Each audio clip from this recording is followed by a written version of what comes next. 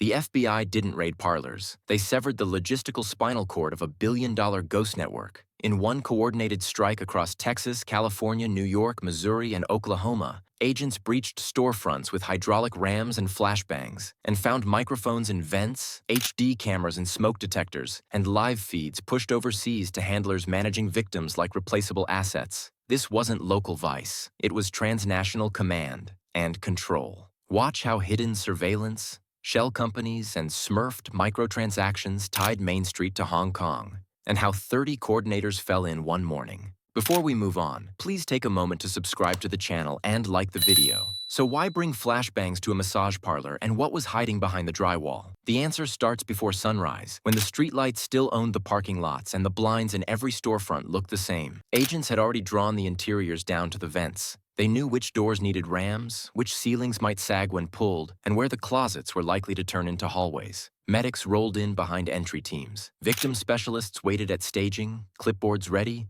translation lines open. 20 locations checked in, each diagram pinned with arrows for ducts, power runs, and those odd sealed panels that never show up on a landlord's plan. At 4:47 a.m. in Texas, a handle snapped under a hydraulic push and the first team slid through. No siren, no barking alarm. A tiny red LED winked from a fake smoke detector above the counter. Then, across the room, phones face down lit up in sequence, screens glowing, as if someone pressed one button far away. The front desk was a choke point. A narrow counter forced a single-file path past a glaze of hand lotion and a cheap cash drawer. Behind it, a long corridor ran darker than it should.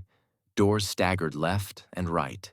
Linen closets were thick with folded towels and, behind them, thin pallets with blankets pushed into corners. Bathrooms had more than toiletries, locked utility panels with new screws and a smell of warmed plastic under the bleach. Flashbangs and rams weren't theater. They were the playbook for confined rooms where sightlines die at each door. A bang gives agents 5 seconds of edge in low light. It steals orientation so hands come off phones and away from keyboards. A ram keeps momentum. Faster entry separates suspects from devices and keeps victims from being pulled into back rooms or out secret exits. Speed reduces risk when the space is tight, and the unknowns stack up behind every partition. Inside, the vice script started to fall apart. Return vents had weight. Unscrew a faceplate and you found a thumb-sized microphone wired along ducting.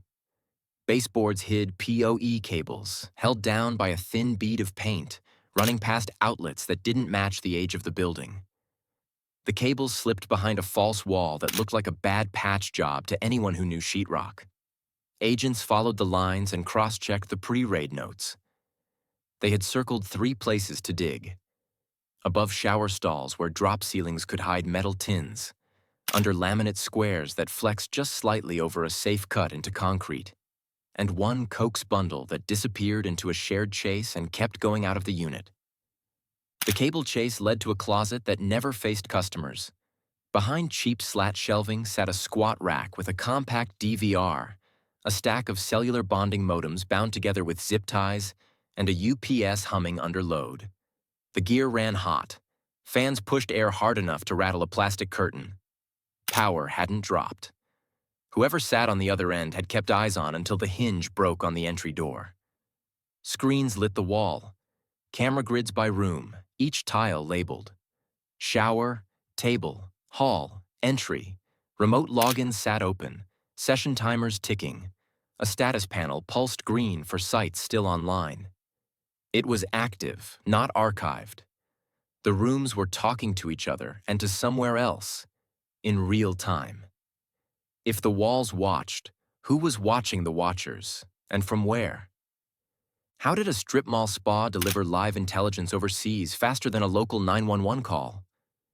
The answer sat in the servers that were still warm when the racks came off the wall.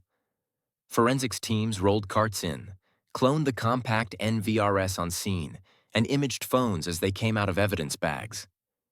Within hours, network scans of the captured gear showed encrypted tunnels opening minutes before entry, like someone flipped a switch when the first hinge cracked.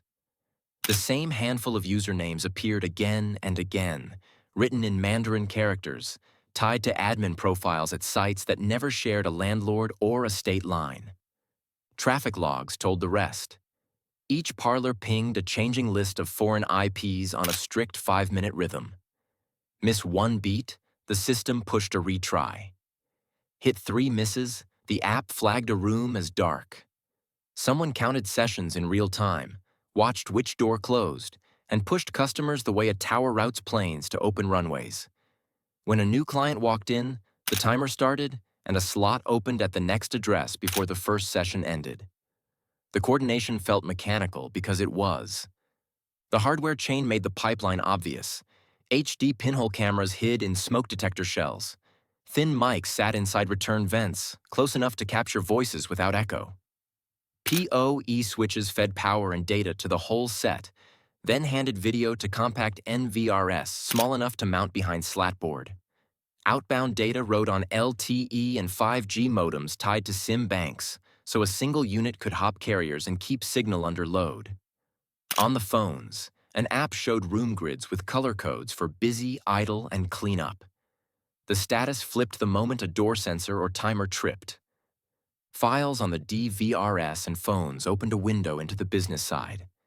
A scheduling dashboard listed worker aliases, start and stop times, and session lengths down to the minute.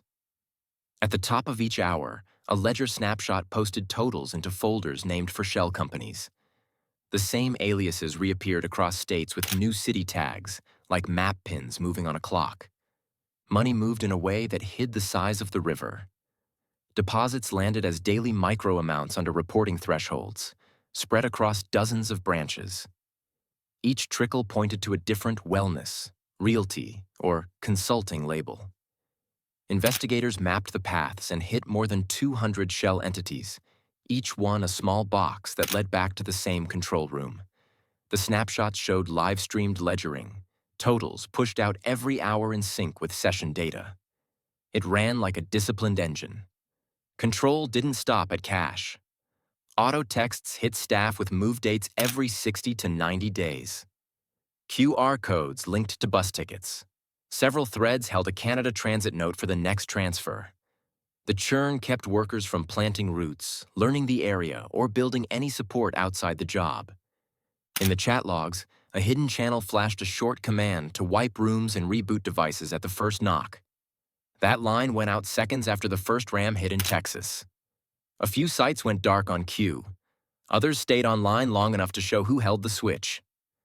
Layered VPNs masked the destination, but the pattern broke through. Identical device configs, the same admin names, and matched shell company ledgers across states tied the feeds to handlers abroad.